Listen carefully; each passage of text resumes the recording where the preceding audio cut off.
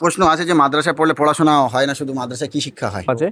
আলহামদুলিল্লাহ, পুরোপুরি ভিডিওটা তোমরা দেখবে, স্কিপ করবেন ইয়াসিন ভাইয়ের ভিডিও। যে এখানে আমাদের আলাইকুম ওয়া রাহমাতুল্লাহি ওয়া বারাকাতুহু।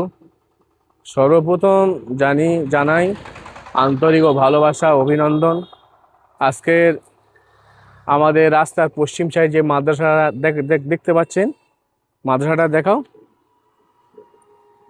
এটা হচ্ছে আল জামিয়াতুস সলিহাতুল বানাত বালিকা মাদ্রাসা, অর্থাৎ কিশোরপুর বালিকা মাদ্রাসা।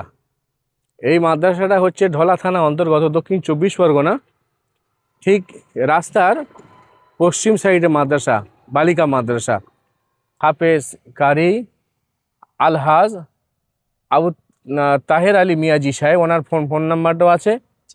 ফোন নাম্বার দেখাচ্ছে কি ওখানে? আচ্ছা, তারপরে যিনি আছেন, আমি আছি, লেখা আছে সভাপতি মাওলানা আফতাবউদ্দিন। আমি ও মাদ্রাসার সাথে যুক্ত আছি, আলহামদুলিল্লাহ আপনাদের দোয়া আছি। এবার এই মাদ্রাসাটা, এটা হলো রাস্তা, এটা আমাদের রাস্তা, এই মাদ্রাসায় যাওয়ার রাস্তা। এই রাস্তাটা এখন কাঁচা আছে, এটা পাকা হবে ইনশাল্লাহ আপনাদের সহযোগিতায়। এই মাদ্রাসাটা খুব তাড়াতাড়ি একটা ঢালাইয়ের ব্যবস্থা করা হবে। আর এখানে যে জায়গাটা, খালি জায়গাটা পড়ে আছে এপারে, এই খালি জায়গাটা, এটা ইনশাল্লাহ পরবর্তীতে একটা অফিস হবে।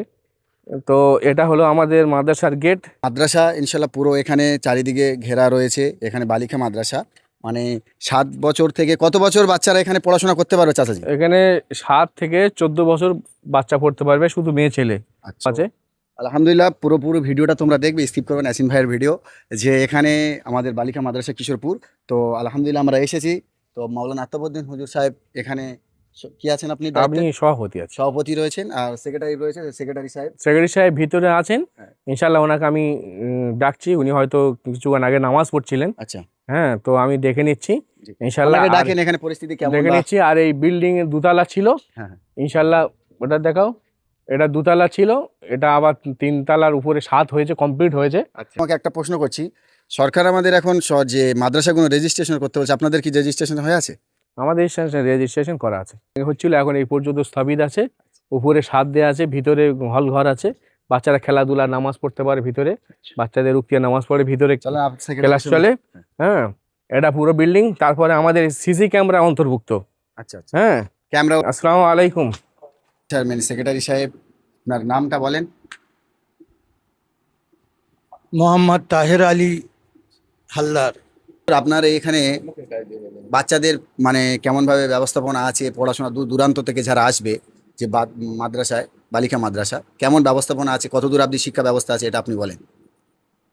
এখানে আমাদের হেলপস কমপ্লিট হয় এবং মাওলানার ক্লাস কাফিয়া জামাত পর্যন্ত, যারা বাইরে 2 বছর পরে মাওলানা পাশ করে।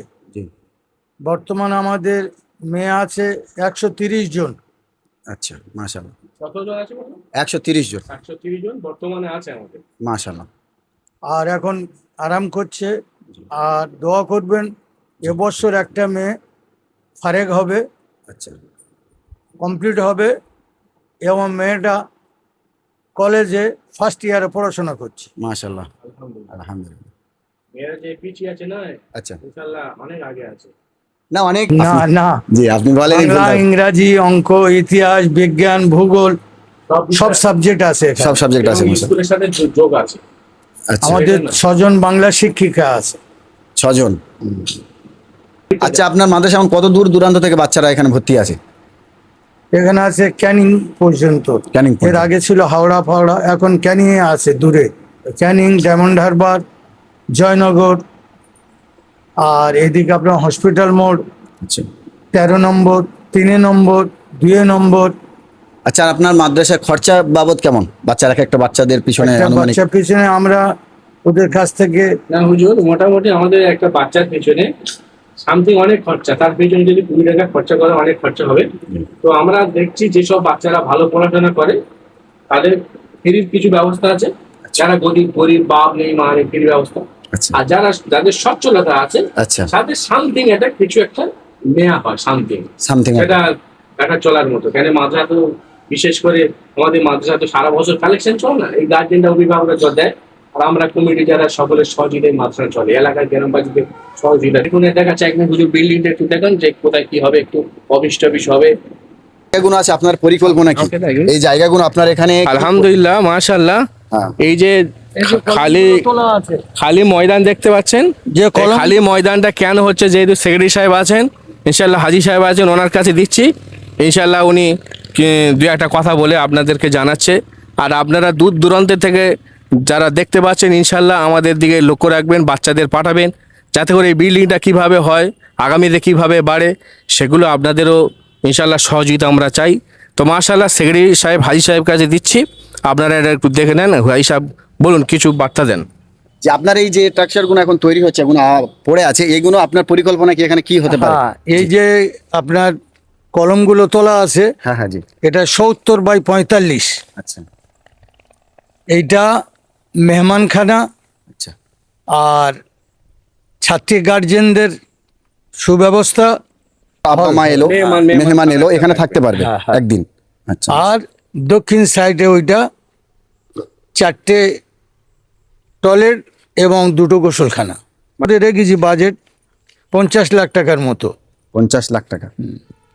যদি যেসব আল্লাহর বান্দারা যদি নিয়ে থাকে নিজের বাপ মার নামে, নিজের নামে, হুজুর বলছিলাম যে এখন কি এই মুহূর্তে কোনো শিক্ষিকা নেওয়া হবে কি, হাফেজা? হ্যাঁ, এখানে কোনো এরকম টিচার নেওয়া হবে কি? লাগবে? 2জন শিক্ষাকে নেওয়া হবে এবং সে 2টো আলেমা হতে হবে। দুটো আলেমা হতে হবে। 2টো আলেমা। বাংলা কি জানার? বাংলা অল্প কিছু জানলে হবে, কিন্তু 2জন আলেমা নেওয়া হবে।